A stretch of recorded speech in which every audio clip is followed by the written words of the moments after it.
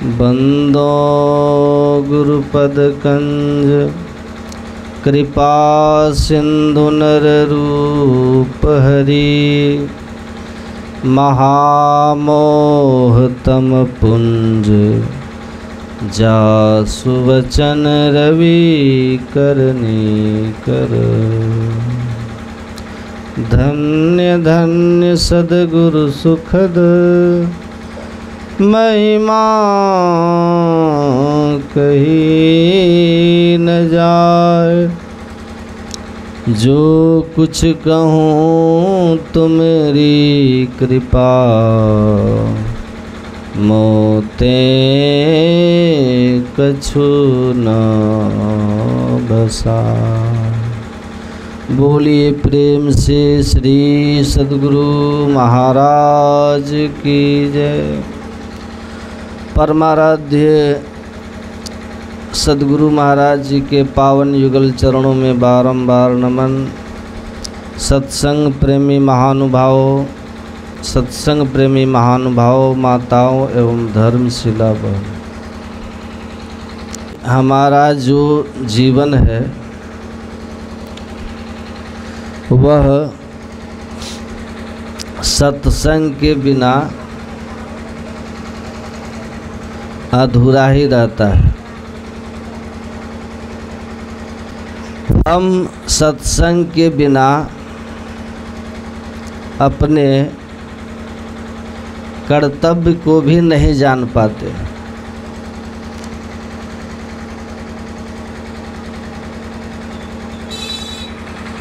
कोवा अंधः आदि गुरु शंकराचार्य अपने प्रश्नोत्तरी में कहते हैं कि कोवा अंधः, अंधा कौन है? तो उन्होंने कहा हे सद असद विवेकः, जिसको सत्य और असत्य का विवेक नहीं है, जिसमें सत्य असत्य को विवेक करने की शक्ति नहीं है, मतलब सत्य असत्य को जानने समझने की जिनमें शक्ति नहीं है, उसको अंधा कहते हैं। जिनकी बुद्धि इतनी विवेकवती नहीं कि वह सत्य असत्य को जान सके, वास्तव में वही अंधा है। तो अंधा कौन है? जिसको विवेक की दृष्टि नहीं है। तो सत्य और असत्य को जानने समझने और उनके बीच भेद करने की जो बुद्धि में, निर्णय करने की जो बुद्धि में शक्ति आती है, वह सत्संग से ही आती है। बिनु सत्संग विवेक न होई। आइए, सत्संग राम कृपा बिनु सुलभ न सोई। स्वामी विवेकानंद जी महाराज कहते हैं, the power of discrimination determines the human and animal. ये जो हमारी विवेक शक्ति है ना, यही मनुष्य और पशु में अंतर करती है। मनुष्य कौन है? जिसमें विवेक है। मनुष्य वह है जिसमें विवेक है। विवेक मतलब सत्य असत्य के बीच जो रेखा खींच सके, धर्म अधर्म को जो ठीक ठीक जान सके, कर्तव्य और अकर्तव्य का ठीक ठीक निर्धारण जो कर सके, ऐसी जिनके पास मेधा है, बुद्धि है, वह मनुष्य है। और जिनमें ये सामर्थ्य नहीं है तो वह पशु है। तो हम सत्संग के अभाव में, सत्पुरुष के संग के अभाव में सद्ग्रंथों के ज्ञान के अभाव में मनुष्य शरीर में आकर के भी क्या है, ज्ञान और व्यवहार की दृष्टि से पशु हो सकते हैं। तो इसीलिए संतों ने कहा कि द्वे विद्ये वेदितव्ये तु परा अपरा एव च। दो विद्याएं आपको पढ़नी है, एक परा विद्या और एक अपरा विद्या। अपरा विद्या भौतिक विद्या को कहते हैं, विज्ञान कहें। ये जो भौतिक विद्या है इसको क्या बोलते हैं, अपरा विद्या। जो हमारे स्कूलों में पढ़ाए जाते हैं सारे सब्जेक्ट्स, वो सब अपरा विद्या है, निम्न विद्या है। इससे हमारा भौतिक संसार का संभाल होता है, शरीर के लिए, इंद्रियों के लिए सुख सुविधा की व्यवस्था होती है। लेकिन दूसरी विद्या जो है वो परा विद्या है, उसका संबंध हमारे चेतना से है, जीव से है, हमसे है, आत्मा से।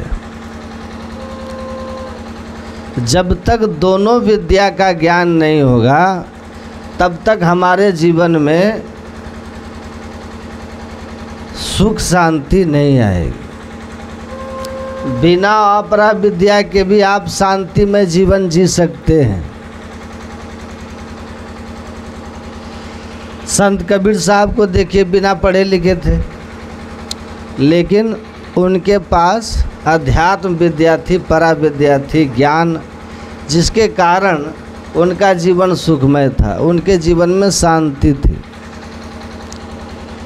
रविदास जी थे, तुलसीदास जी पढ़े लिखे थे, रविदास पढ़े लिखे नहीं थे, सूरदास जी पढ़े लिखे नहीं थे, लेकिन ये सब लोग महान लोग थे, पूज्य लोग थे, क्योंकि इन लोगों ने अपने ऊपर शास्त्र की मर्यादा रखी थी, संत महापुरुषों के अनुकूल जीवन जिया था। जय मार्ग श्रुति साध लखावे, तई मग चलत सबे सुख पावे।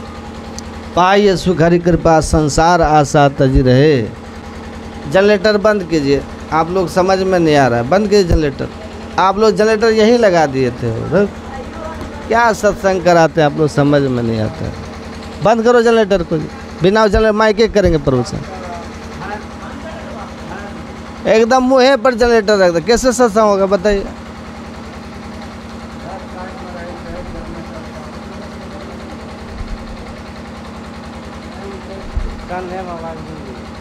बंद कीजिए जनरेटर।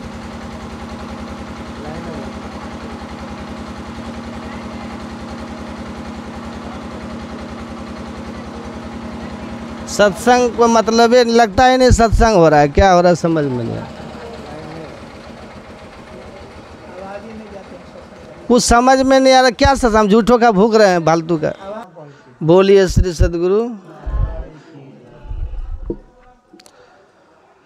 सूरदास जी पढ़े लिखे नहीं थे, रविदास पढ़े लिखे नहीं थे, लेकिन ये लोग महान लोग थे, पूज्य लोग थे। क्यों कि इन लोगों ने अपने ऊपर शास्त्र की मर्यादा रखी थी, संत महापुरुषों के अनुकूल जीवन जिया था। जही मार्ग श्रुति साध लखावे, तही मग चलत सबे सुख पावे। महाजनो एन गता सपंथा। महापुरुष लोग जिस राह से गए वही राह है जिस पे चल के हम लोगों का जीवन शांतिमय होगा। समझ रहे हैं ना, आवाज़ आ रही है। तो ये शिक्षा जो है, ये विद्या सिखाने के लिए भी गुरु है कि नहीं, और भौतिक विद्या सिखाने के लिए भी गुरु है। आज गुरु पूर्णिमा है, दोनों में से कोई विद्या बिना गुरु के कोई नहीं जान सकता। सहजो कार्य जगत के, आ बिन गुरु पूरे नाही। हरि तो गुरु बिन क्यों मिले। समझ देख मन माहे, परमात्मा बिना गुरु के मिल जाएंगे। सजो भाई कहते संसार की कोई भी विद्या आप कभी बिना गुरु के नहीं सीख पाएंगे। जो आपको शिक्षा देते हैं, सिखाते हैं, सिखाने वाले गुरु होते हैं। ज्ञान दाता को क्या कहते हैं? गुरु। गुरु नाम है ज्ञान का, जिससे हमें ज्ञान मिलता है वो हमारे गुरु हैं। तो भौतिक विद्या भी एक छोटा सा संसार का कोई भी ज्ञान हमें बिना गुरु के वो प्राप्त नहीं होता है। आपको अगर दर्जी का भी काम सीखना है ना घर में ही करने के लिए, तो किसी एक्सपर्ट से सीखते हैं कि कैसे काटना है, कैसे सिलना है। नहीं, ABC पढ़ाने के लिए भी गुरु है, किताब में लिखा हुआ है, लेकिन किताब से कोई विद्वान नहीं हो सकता, उसके लिए भी गुरु चाहिए। इसीलिए बिना गुरु हो ही की ज्ञान। तुलसीदास जी महाराज कहते हैं बिना गुरु के ज्ञान हो सकता है? कभी नहीं, कभी नहीं होगा बिना गुरु का ज्ञान। आज गुरु पूर्णिमा है, इसलिए थोड़ा गुरु तत्व पर सुना रहे हैं। तो जब संसार की कोई भी विद्या बिना गुरु के नहीं जानते हैं, तो परमात्मा पाने की जो विद्या है, जो ज्ञान है, बिना गुरु के हो जाएगा? बोलिए ना। एक प्रोफेसर साहब कह रहे थे कि जीव और ईश्वर के बीच में किसी एजेंट की कोई ज़रूरत नहीं है। एजेंट मतलब उसका कहने का भाव गुरु। ये गुरु जो है ना, बीच में एजेंट बनते हैं। एजेंट की क्या ज़रूरत है? कोई ज़रूरत नहीं है। मैंने कहा तो फिर पुस्तक और आपके बीच, विद्यार्थी के बीच एजेंट की क्या ज़रूरत है? आपकी क्या ज़रूरत है? आप भी तो एजेंट ही हो ना। कौन सा न्यूटन हो जो सिद्धांत खोज के बता रहे हो? आप भी तो किताब में न्यूटन का सिद्धांत पढ़ के ही बता रहे हो, हैं? तो ग्रंथ में है, पुस्तक में है, लेकिन उस पुस्तक और विद्यार्थी के बीच में वो प्रोफेसर साहब क्या है? कड़ी हैं। उस ज्ञान को उसको समझा रहे हैं। नहीं तो समझ नहीं पाएगा ना विद्यार्थी। पहले तो किताब पढ़ने लायक ही नहीं हो पाएगा, पढ़ेगा तब न समझेगा। अब बहुत सी बातें किताबों में ऐसी है कि पढ़ना आ जाएगा, लेकिन आप पढ़ के समझ ही नहीं पाओगे। तभी तो मास्टर बीच में खड़ा किया जाता है कि इस पुस्तक की चीज़ है सर, ऐसा लिखा है सर, नहीं समझ में आ रहा है सर। पढ़ तो रहा, समझ में कहाँ आ रहा है? उसको समझाने के लिए भी गुरु चाहिए। हर कदम पर गुरु चाहिए। उसी तरह अध्यात्म है, धर्म है, ईश्वर की भक्ति है, ये भी बिना गुरु के आप नहीं जान सकते। ग्रंथ में तो है, अर्थ ही नहीं खोज पाओगे। हैं? क्या अर्थ है? बड़े भारी भारी विद्वान लोग शास्त्रों में फंस जाते हैं, उसी में लटके झूले रह जाते हैं। क्यों? कि उस अर्थ, उस ग्रंथ का जो भाव है, उसको केवल विद्वत्ता के बल पे आप नहीं जान सकते। उसको जानने के लिए साधना का भी बल चाहिए, जो अध्यात्म है। उसके लिए भी गुरु चाहिए। रामधारी सिंह दिनकर राष्ट्र कवि जानते हैं कि नहीं? रामधारी सिंह दिनकर भागलपुर विश्वविद्यालय के उस समय कुलपति थे। रामधारी सिंह दिनकर, शिवचंद्र सिंह प्रोफेसर थे। उन्होंने कहा रामधारी सिंह दिनकर को कि हम जाएंगे महर्षि में ही आश्रम कुप्पा घाट दर्शन करने। लाइन तो आ गया है जी। तो रामधारी सिंह दिनकर ने कहा कि मैं भी इनका बहुत नाम सुनता हूँ, पर गया नहीं कभी महर्षि मही जी का। अच्छा, आपको कैसा लगा उनसे मिल करके? तो उन्होंने कहा कि पूर्ण महापुरुष हैं महर्षि मही परमहंस जी महाराज, पूर्ण महापुरुष। जान ही तीन काल कर ज्ञाना, पहुँचे हुए संत हैं, सब कुछ जानते हैं, सर्वज्ञ हैं। तो रामधारी सिंह दिनकर ने कहा कि मैं 7 प्रश्न लिख करके रख लेता हूँ जेब में। इन 7 प्रश्नों का जवाब अगर महर्षि मेही जी दे दिए, शास्त्र के प्रश्न थे वो, वेद उपनिषद के प्रश्न थे वे, अगर महर्षि जी दे देंगे तो मैं मान लूँगा कि वो अनुभव ज्ञानी हैं, पहुँचे हुए संत हैं, पूर्ण हैं। कहा कि लिख लीजिए और चलिए। उन्हीं के कार में बैठ करके दोनों आदमी गुरु महाराज के दर्शनार्थ आए, कुप्पा घाट दर्शनार्थ आ करके प्रणाम करके बैठे। गुरु महाराज को बताए कि ये राष्ट्र कवि रामधारी सिंह दिनकर VC हैं। गुरु महाराज जी ने कहा इन्हें कुर्सी दिया जाए, बैठेंगे। बैठे वो गुरु महाराज बैठे और बैठ करके एक एक करके जैसे बिना पूछे, जैसे वो प्रश्न लिखे थे ना, बात ही बात में serial wise 1 number 2 number 3 number, जैसे वो प्रश्न लिखे थे कागज़ में, उस तरह से रामधारी सिंह दिनकर के 7 प्रश्नों को गुरु महाराज ने एक एक करके बातचीत के क्रम में साफ साफ समझा दिया।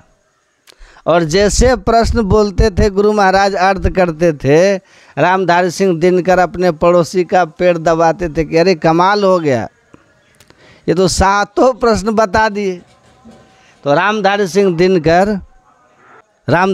दिनकर कहते हैं भारत की आत्मा राजेंद्र प्रसाद के जो सलाहकार थे, राजनीतिक सलाहकार, उनसे वो कह रहे हैं कि भारत की आत्मा भारत के संसद में नहीं, दिल्ली में नहीं, महर्षि मेही परमहंस जैसे महापुरुषों के सिद्ध पीठ में बसता है। वहाँ भारत की आत्मा है। ये केवल कृषि प्रधान देश नहीं है, ये ऋषि प्रधान देश भी है। वो कहते थे प्रोफेसर साहब, गुरु महाराज से जाके एक दिन बोले कि हुजूर कबीर साहब की बानी हम लोग पढ़ाते हैं,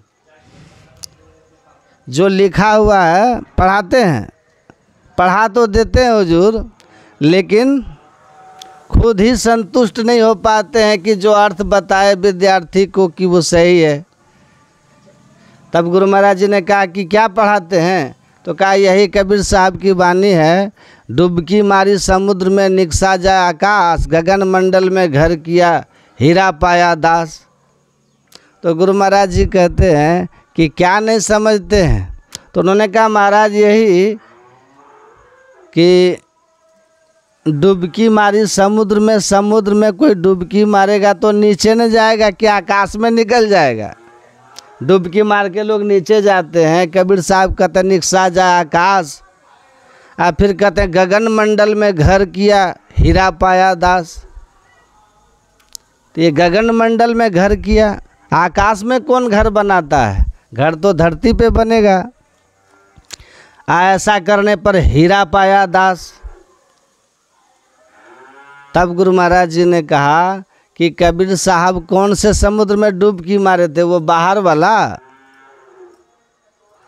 वाला समुद्र में डुबकी मारोगे नीचे जाओगे। कबीर साहब ने बाहर के समुद्र में डुबकी मारने की बात नहीं कही। कबीर साहब कहते कबीर काया समुद्र है, अंत न पावे कोई, मृतक होके जो रहे मानिक परखे सोए। मैं मर जीवा समुद्र का डुबकी मारी एक, मुट्ठी लाया ज्ञान का जाम वस्तु अनेक। तब गुरु महाराज जी बोले कि शरीर रूपी समुद्र में कबीर साहब डुबकी मारे। ये डुबकी मारने की युक्ति गुरु से सीखनी पड़ती है।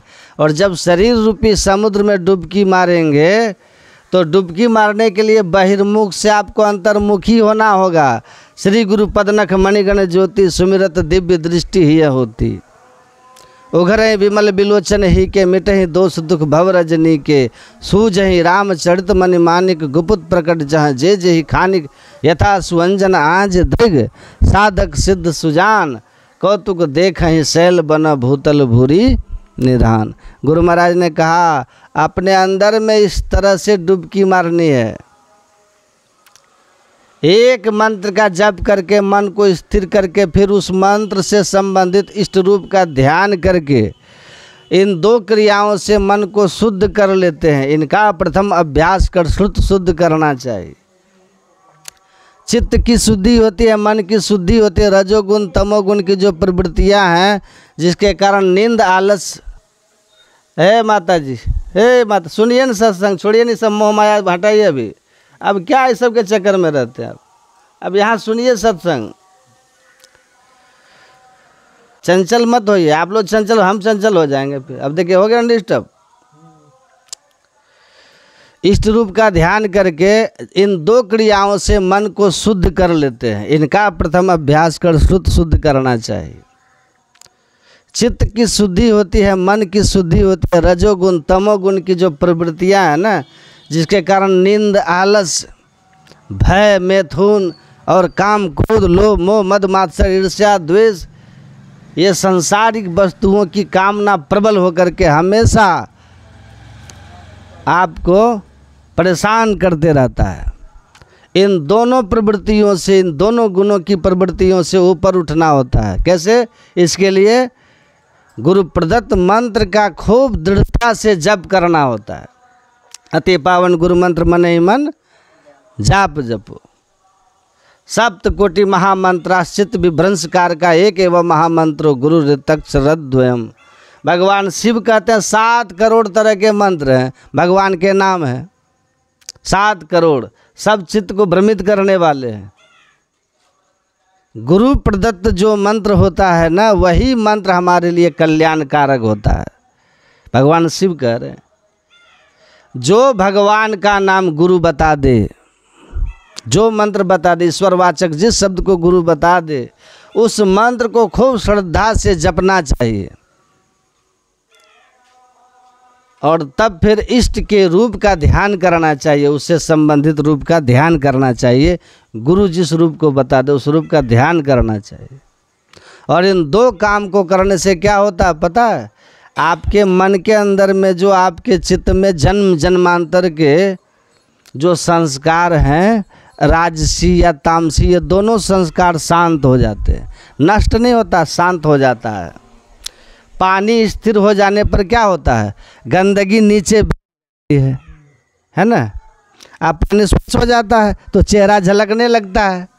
वैसे ही खूब निष्ठा से अगर मंत्र का जप करेंगे, मन भागे उसको पकड़ के मंत्र में लगाओ और लगा करके मन को स्थिर कीजिए। स्थिरता मन की जब होगी तो आपको अपने इष्ट का रूप धीरे धीरे अपने अंदर में दिखेगा। चित्त की शुद्धि होने से इष्ट का दर्शन होता है, रूप का दर्शन होगा। और जब ऐसा हो जाए, इष्ट रूप का दर्शन होने लग जाए तो आप समझिए कि बड़े भाग्यशाली हैं आप। दर्शन उनके उर्माही करे बड़ भागी, आ तिनके तरने की नाव किनारे लागी। गुरु की मूरत हृदय बसाए, जो इच्छे सोई फल पाए। आपका चित्त एकदम शुद्ध हो जाएगा, आप बहुत बड़भागी हो जाएंगे। निर्मल मन जन सो मोहि पावा, अमोहि कपट छल छिद्र न भावा। भगवान राम कहते हैं ये कपट वाला हृदय जो होता है ना सात्विक हो जाता है, स्थिरता आ जाती है मानस जप मानस ध्यान करने से। और ऐसा करने के बाद श्री गुरु पद नख मणिगण ज्योति सुमिरत दिव्य दृष्टि ही होती। दिव्य दृष्टि जिस साधन से हो जाता है वो गुरु पद नख मणि की का ध्यान है। पद नख दृष्टि रख, ये जो पद नख बिंदु है ना इसको जान करके ध्यान करना होगा। इसको हम लोग बिंदु ध्यान कहते हैं। तेजो बिंदु परम ध्यानम विश्वात्म हृदय संस्थितम। देखिए हमें भागवत की पूरी कथा मालूम है, श्लोक भी मालूम है ना। रामचरितमानस तो हम लोग रोज पाठ करते हैं तो याद है ही। बस इतना अंतर है कि वो लोग जो कथा करते हैं वो लोग केवल लीलाएं करते हैं। हमारी कथा में लीला के साथ साथ परमात्मा को पाने की भी बात होती है। कहते तो है ही, हम भी कह भगवान राम की भी कथाएं कहते हैं, कृष्ण की भी कथाएं कहते हैं, लेकिन हम कथाओं में कम भव व्यथाओं को दूर करने वाली बातों में ज़्यादा इंटरेस्ट लेते हैं। लोग राम की कथा कहते हैं, हम राम बनने की कथा करते हैं। हमारा जोर इस बात पे ज़्यादा रहता है कि राम कैसे बना जाए। वाल्मीकि जी ने क्या कहा था भगवान राम को, सो जानहि जेहि देहु जनाई, अजानत तुम ही होई जाई। हे राम, जो आपको जान लेता है वो राम ही हो जाता है। मैं राम को जानने की बात करता हूँ ताकि आप राम हो जाइए।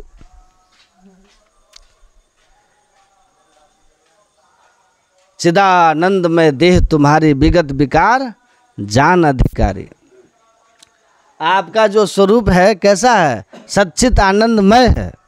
उस सच्चित आनंदमय स्वरूप जिसको जान लेने पर स्वयं जानने वाला ब्रह्म ज्ञानी आप परमेश्वर ब्रह्मविद ब्रह्म स्वयं। वेदांत कहता है जो ब्रह्म को जाना स्वयं ब्रह्म हो गया। तो उस सच्चिदानंद स्वरूप को जानने के लिए अधिकारी बनना पड़ता है। वाल्मीकि जी कहते हैं वो अधिकारी आप कैसे बन सकते हैं, उस कथा पर ज़्यादा हम जोड़ देते हैं। बाकी तो कथा खूब सुनिए, भगवान की बातें किसी भी तरह सुनिएगा तो आपके लिए अच्छा ही होगा ना, लेकिन परम कल्याण नहीं होगा, जन्म मरण का चक्र नहीं छूटेगा केवल कथा सुनने से। जब तक कि राम को जानने की आप कथा नहीं जानेंगे, उसकी साधना नहीं जानेंगे, साधना नहीं करेंगे। तो इस बात पर हम लोग ज़्यादा जोड़ देते हम, क्योंकि यही ज्ञान है, यही मोक्ष का मार्ग है।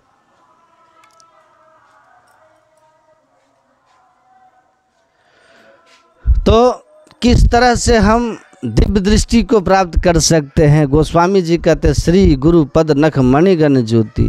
गुरु महाराज के नख में, पद नख में मणियों की ज्योति है, उसके सुमिरन करने से दिव्य दृष्टि होती है। तो गुरु महाराज का पद नख देखने जाइएगा ना तो आपको उनका भी नाखून ऐसा ही दिखेगा जैसा आपका नाखून है, समझे। यही तो संकेत है ना संतों का। आप यहाँ बिंदु ढूंढोगे मिलेगा ही नहीं, इस नख पर दृष्टि टिकाओगे प्रकाश होगा ही नहीं। महापुरुष लोग समझाते हैं कि वो पदनख है क्या, पदनख बिंदु लख एक टक दृष्टि रख।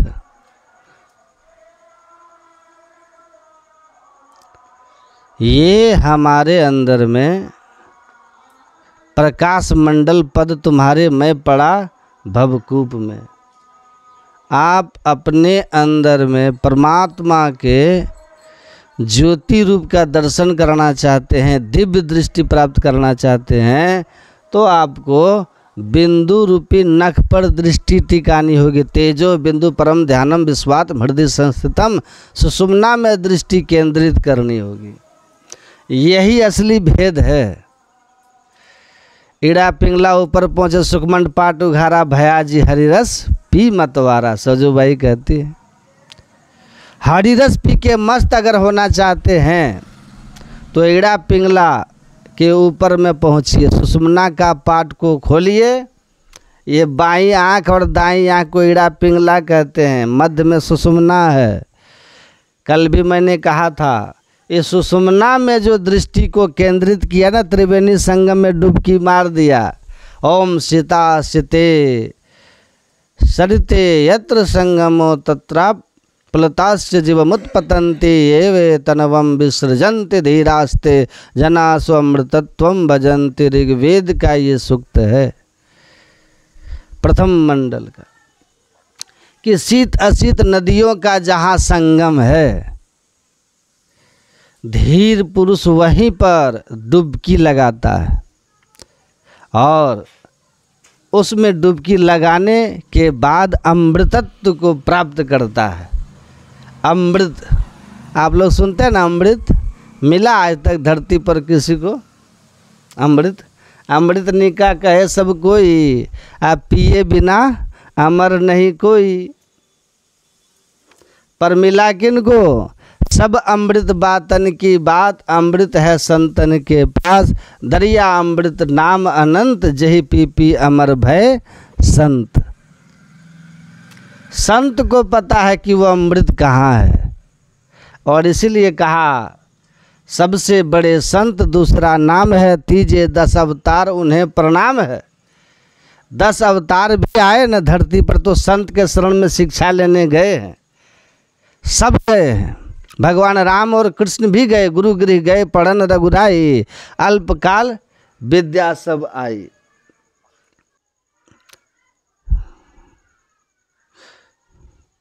भगवान राम और कृष्ण भी गए, गुरु गृह गए पढ़न रघुराई, अल्पकाल विद्या सब पाई। भगवान भी धरती पे आए तो गुरु की मर्यादा रखे कि नहीं? हाँ, भगवान कृष्ण भी गए। देखिए भगवान राम के भी 2 गुरु हैं, एक विश्वामित्र हैं जिन्होंने उनको भौतिक विद्याएं दी है, अस्त्र शस्त्र की शिक्षा दी है, दिव्यास्त्र दिए हैं, और एक महर्षि वशिष्ठ हैं जिन्होंने उनको अध्यात्म ज्ञान भी दिया है। पूरा योग वासिष्ठ भगवान श्री राम को योग विद्या तो सिखाया है। भगवान कृष्ण भी सांदीपनी मुनि, उनके भौतिक विद्या के गुरु हैं सांदीपनी मुनि, और महाराज गर्गाचार्य उनके अध्यात्म विद्या के गुरु हैं। भगवान कृष्ण के 2 गुरु हैं, दोनों के, कृष्ण के भी और राम के भी। एक समझ लिए स्कूल वाले गुरु हैं, दूसरे ध्यान साधना बताने वाले गुरु हैं। तो इस संसार में आकर के उन लोगों ने भी गुरु किया, उनसे सीखा, साधना की, तो सबसे बड़े संत इसीलिए कहा कि वो हमको परमात्मा से मिलाते हैं। संशय समन दमन दुख सुख निधान हरि एक, असंत कृपा बिनु मिले ही नहीं करिए जतन अनेक। तुलसीदास जी कहते हैं बिना संत की कृपा के परमात्मा नहीं मिलते हैं। अब मोहि भाव भरोस हनुमंता, बिनु हरि कृपा मिल ही नहीं संता। हरि की कृपा होती है तो संत मिलते हैं, और संत की जब कृपा होती है तब हरि का प्रत्यक्ष अनुभव होता है। ऐसे कबीर साहब नहीं करिए गुरु गुरु गोविंद है 2 खड़े तजिका को लागू पाँव, अब बलिहारी गुरु आपनो जो गोविंद दियो बताए। जूना अखाड़े के जो आचार्य महामंडलेश्वर हैं स्वामी अवधेशानंद गिरी, वो एक दिन कह रहे थे भैया भारत में कबीर को नहीं बोलोगे ना तो प्रवचन पूरा ही नहीं होगा, क्योंकि कबीर एकदम से सहज होके बोलते हैं, कबीर सटीक बोलते हैं। ऑब्जर्वेशन है कबीर साहब का, बड़ा हुआ तो क्या हुआ जैसे पेड़ खजूर, पंथी को छाया नहीं फल लागे अति दूर।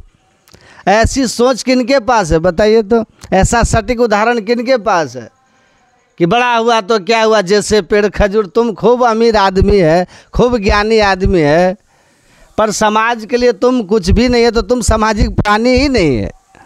समाज को तुम्हारे ज्ञान से, तुम्हारे धन से, तुम्हारे पद से अगर लाभ ही नहीं हुआ तो तुम्हारा बड़ा होना कोई मतलब नहीं रखता है। वो खजूर के पेड़ की तरह बहुत लंबे हो, न राहगीर को छाया देते हो, अब फल इतना दूर लगता है कि कोई चढ़ के तोड़ ले, हैं?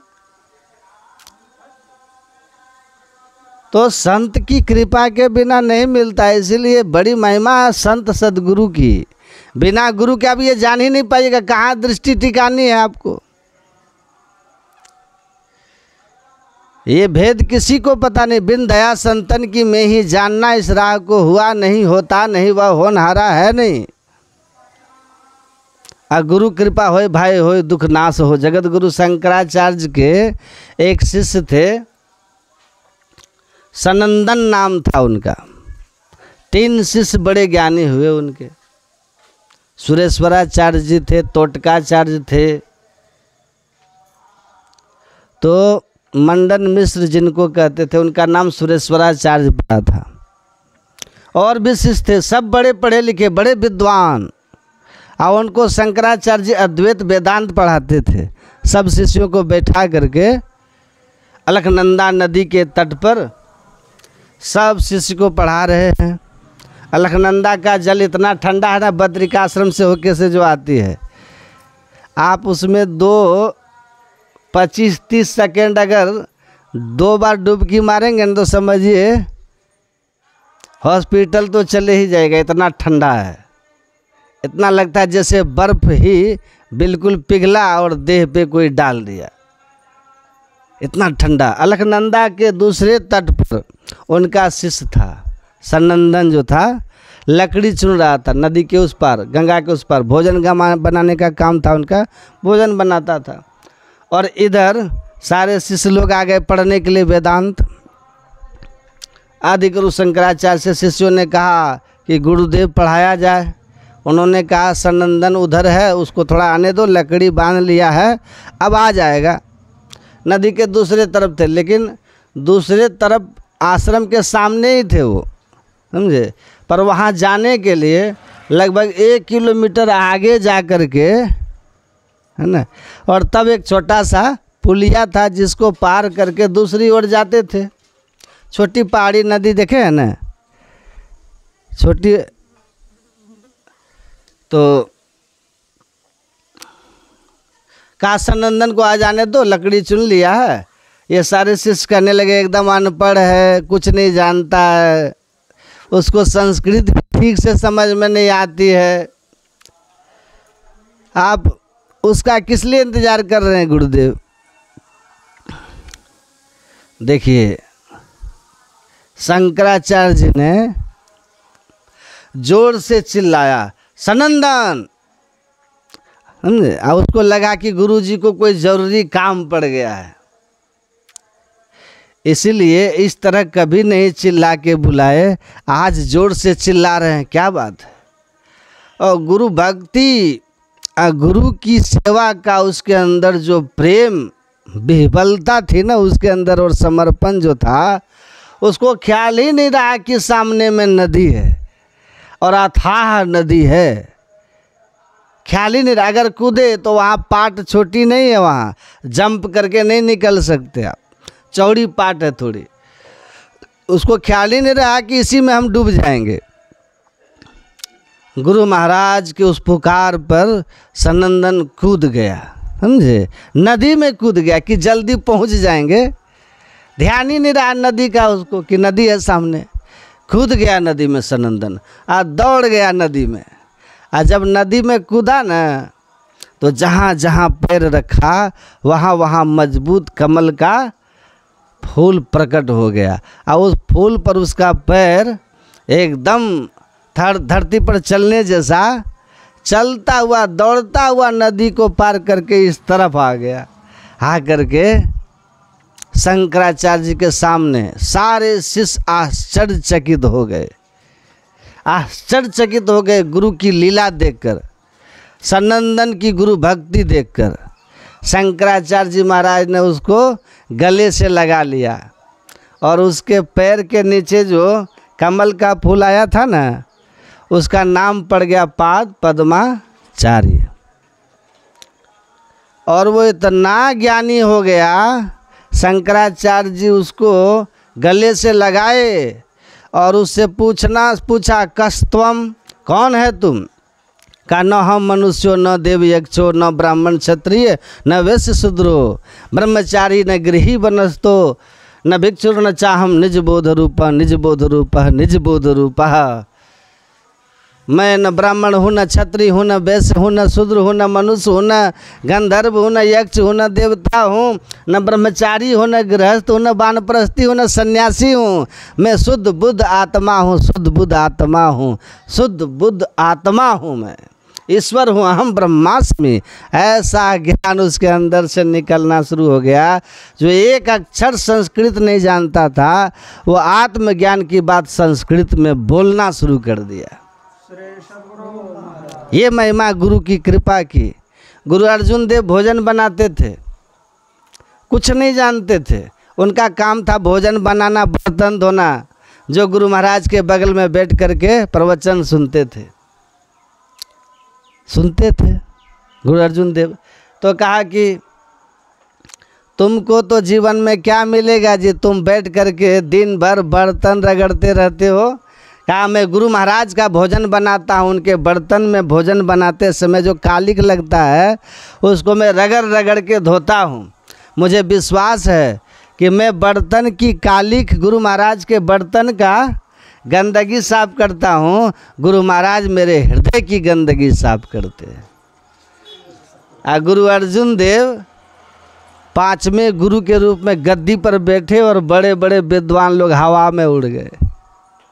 तो ये जो गुरु की महिमा है ना, ऐसे तुलसीदास जी नहीं कहते हैं, बंदों गुरुपद कंज कृपा सिंधु नर रूप हरि महामोह तम पुंज जासु वचन रवि करणी कर।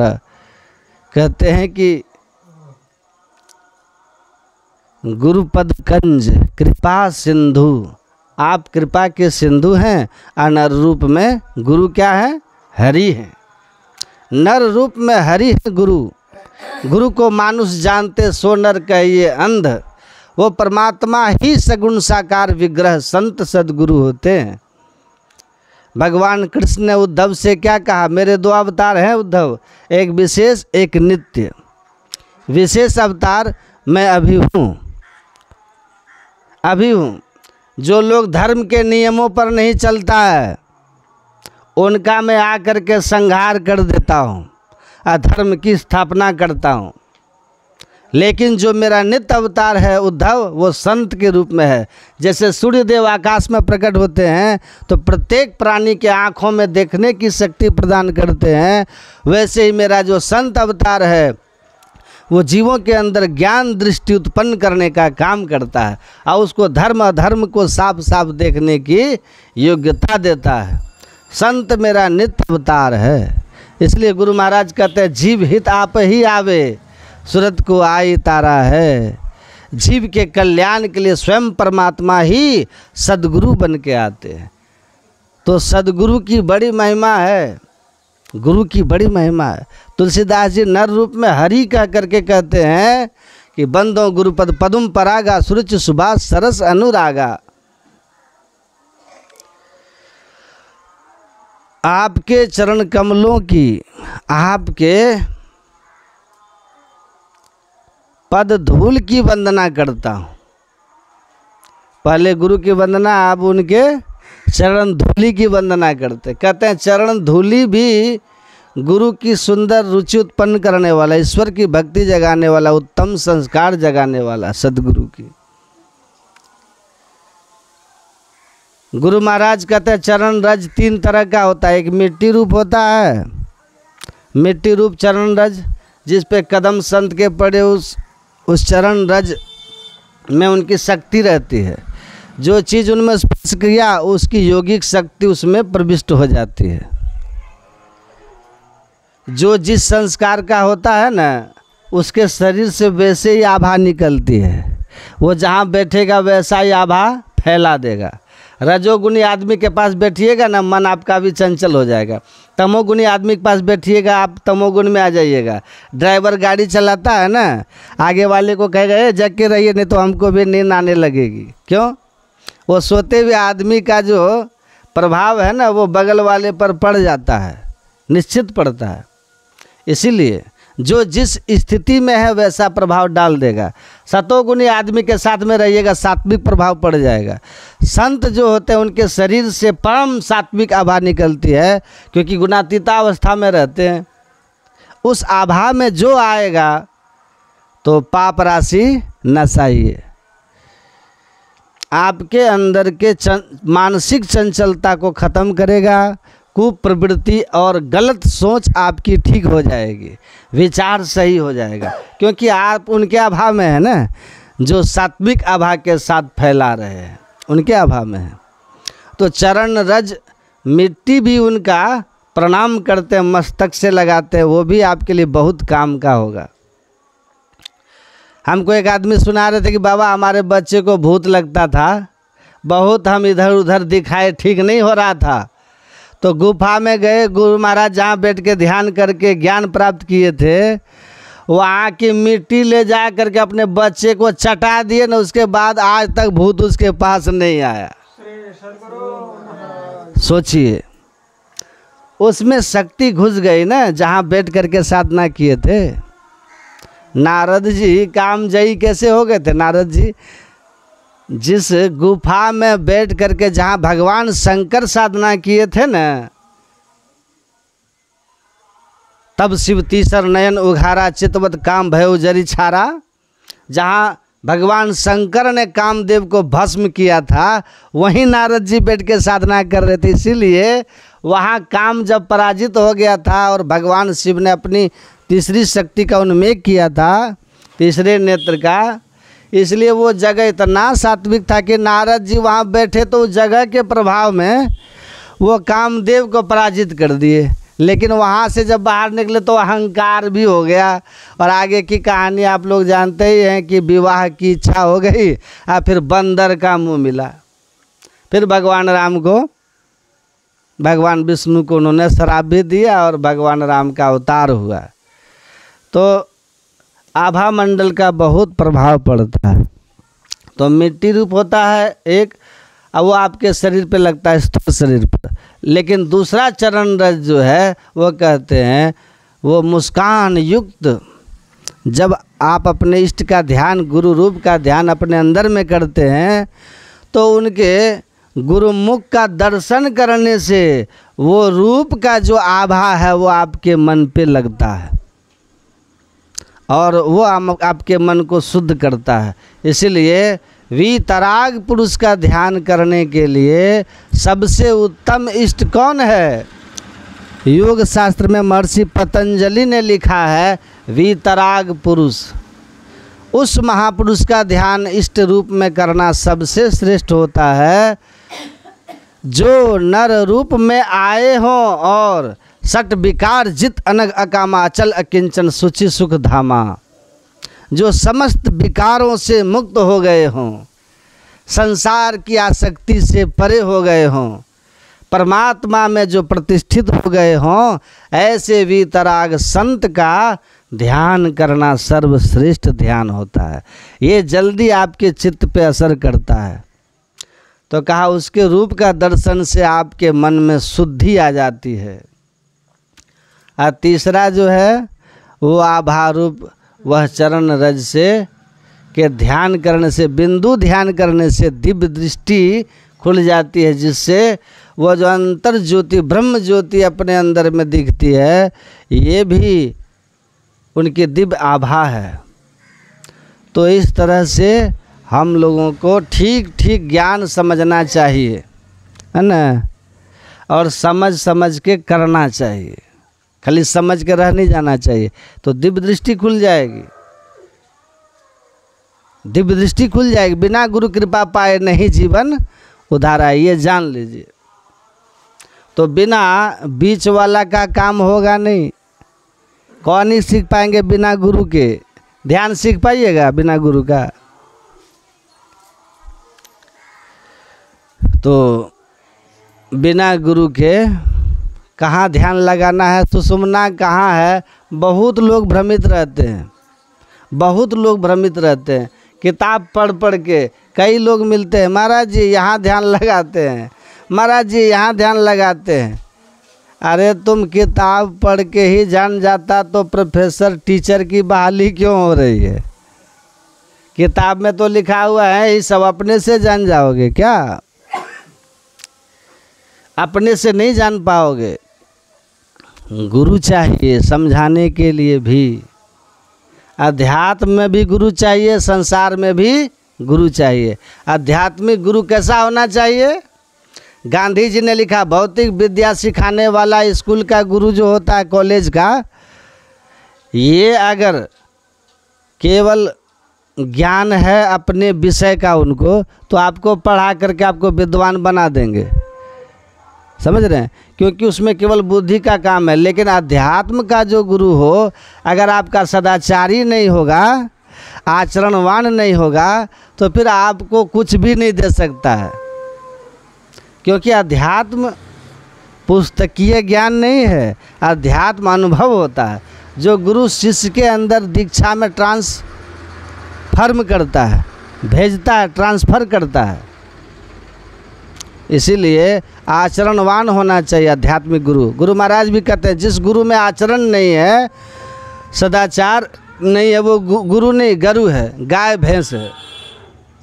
तो कैसा गुरु होना चाहिए? कहा समित पाणि ही श्रोत्रिय ब्रह्मनिष्ठ। मंडूकोपनिषद में ऋषि कहते हैं कि गुरु आपका श्रोत्रिय हो, ब्रह्मनिष्ठ हो, मतलब शास्त्र की बातों को ठीक ठीक समझा देता हो। जैसे गुरु महाराज समझाए ना प्रोफेसर साहब को कि शरीर रूपी समुद्र में डुबकी मारोगे तो मंत्र जब इष्ट रूप के ध्यान के बाद जब श्री गुरु पदनख मणिगण ज्योति सुषुम्ना का बिंदु का ध्यान करोगे, ज्योति का ध्यान करोगे, तो युगल दृष्टि की धारें जब आपस में केंद्रित होकर के एकदम सुषुम्ना में जाके प्रवेश करेगी तो नीचे आने के जगह आप ऊपर उठ जाओगे, समुद्र रूप शरीर रूपी समुद्र में, आकाश मतलब ऊपर की ओर उठ जाओगे, अंतराकाश में उठ जाओगे। ये है निकसा जाए आकाश। कुछ देर वहाँ पर टिके रहोगे, अंदर जाकर उस ब्रह्मांड में टिके रहना। घर किया मतलब वहाँ जाकर के स्थिर रहना, टिके रहना, उस अवस्था में जाकर के डटे रहना, स्थिर रहना। तो क्या होगा कि हीरा पाया दास, मतलब परमात्मा रूपी हीरे की प्राप्ति हो जाएगी। तब गुरु महाराज जी उनको समझा दिए कि ये मतलब है इसका। तो संतों की वाणियों, शास्त्रों की वाणियों को, ज्ञान को ठीक ठीक समझाने की उनमें शक्ति हो और ब्रह्म निष्ठा हो, है ना। ब्रह्म में जिनकी निष्ठा हो, स्थिरता आ गई हो, ईश्वर के होने में कोई संशय नहीं है। किसको होगा ये? जो उस अवस्था में होगा वही ना, उसी को ना।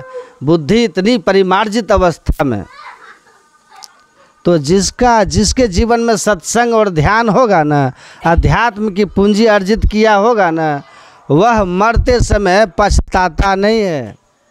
क्योंकि दिन दिन बढ़त सवाई राम धन कब होने लागे काई। पर लोग ले जाने वाली पूंजी उनके पास है, परमात्मा की भक्ति की, ध्यान साधना की, परोपकार की, सेवा की। वह पछताएगा नहीं मरते समय। बाकी सबको पछताना पड़ता है, चाहे कितनों बड़े राजा हो जाओ, महाराजा हो जाओ, वैज्ञानिक हो जाओ, क्योंकि उनकी उपलब्धियां सब यहीं छूट जाती है, साथ में जीरो जाता है, कुछ नहीं।